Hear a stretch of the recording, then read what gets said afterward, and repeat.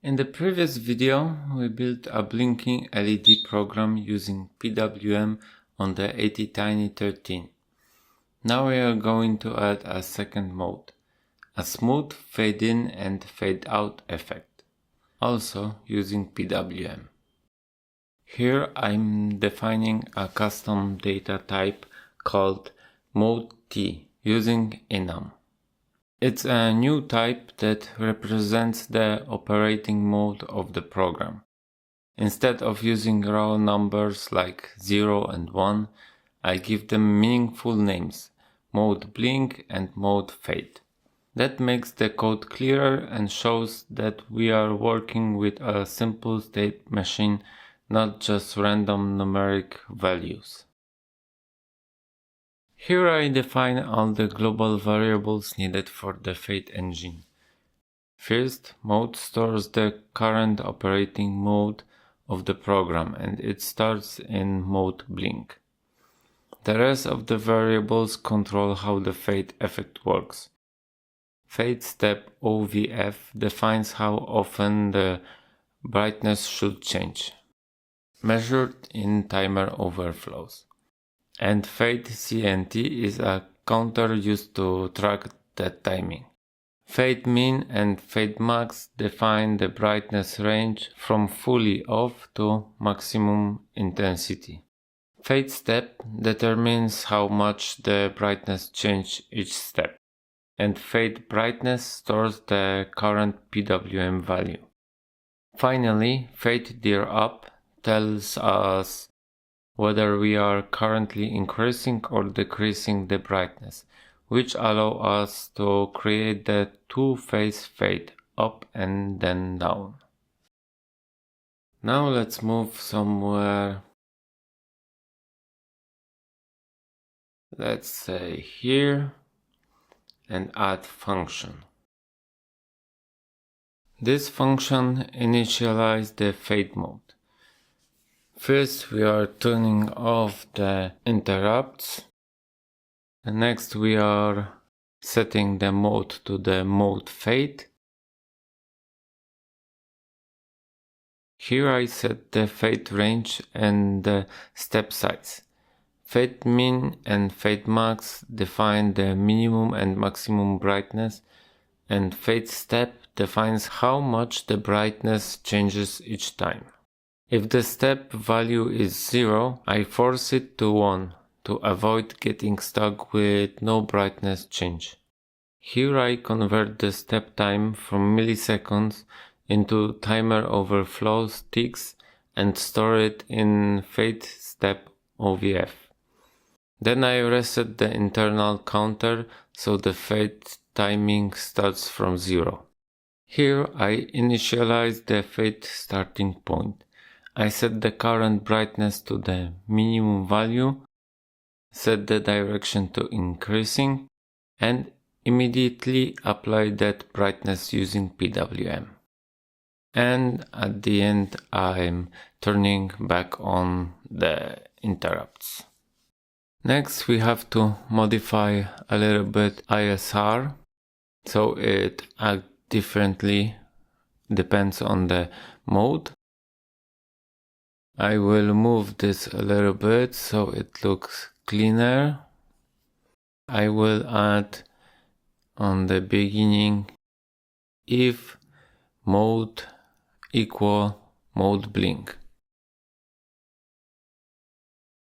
And next I will add this. And this will happen if the mode is fade. Here I increment the internal fade counter. If it hasn't reached the configured step interval yet, I simply return and wait for the next overflow. Once the interval is reached, I reset the counter and perform the next brightness step. Here I check whether the brightness is currently increasing. If adding the step would reach or exceed the maximum value, I clamp it to fade max and reverse the direction. Otherwise, I simply increase the brightness by the defined step size. If the brightness is decreasing, I check whether the next step would go below the minimum value. If so, I clamp it to fade min and reverse the direction back to increasing. Otherwise, I simply subtract the step value to continue fading down. Finally, I apply the updated brightness value by writing it to the PWM output using brightness set. Finally, we need to slightly modify the main function to select which mode we want to run. For now, I'm switching between blink and fade using a simple if statement. Later this will be replaced with the real hardware switch, but for now it allows us to test both modes easily. Now we can build this. And as you can see, we get an error. That error means that the program is too big and we cannot fit it into the MCU memory. To solve the problem, I'm gonna change two variables types from uint32 to uint16.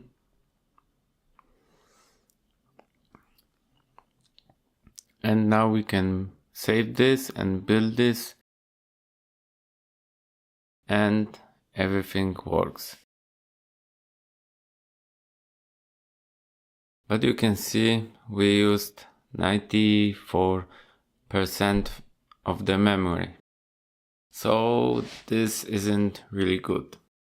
That means no matter what feature we add next, we will very quickly run out of the space. So in the next step, we will move to the ATtiny13, which has 8 times more flash memory while keeping the same physical package size. Now, because we wanna check the fade in and out, we have to change the value in the if statement from 1 to 0. Now we can upload this on the ATtiny.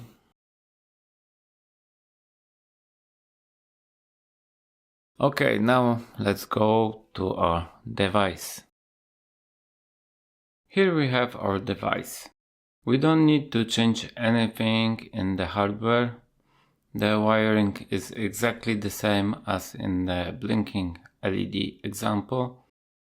All that's left is to power it up. As you can see, we now have a smooth fade in and fade out effect. I will turn down light a little bit so it's easier to see. However, as I mentioned earlier, because of the very limited memory in the ATtiny13, we are going to move to the ATtiny85. In the next video, I will show you how to program the ATtiny85 using Microchip Studio and the Arduino as a programmer. Since we will need to make a few changes to our external tool setup.